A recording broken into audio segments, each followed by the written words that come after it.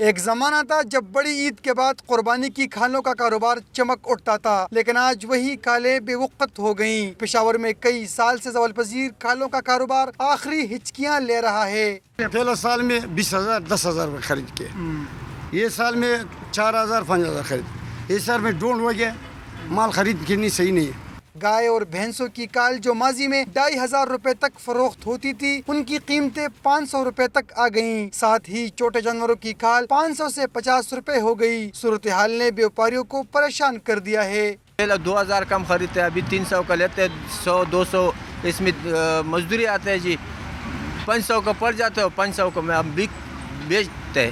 کاروبار سے منسلک افراد بتاتے ہیں کہ ٹیکسز میں اضافہ، مصنوعی لیدر کی مارکیٹ میں بھرمار سے کاروبار مندی کا شکار ہو گیا، جبکہ بیرون ممالک برآمدات میں کمی اور چمڑا صفائی کا کیمیکل بھی مہنگا ہو گیا ہے۔ امریکہ 2-3% مال خرید رہے ہیں ہم ہمارے پاکستان سے۔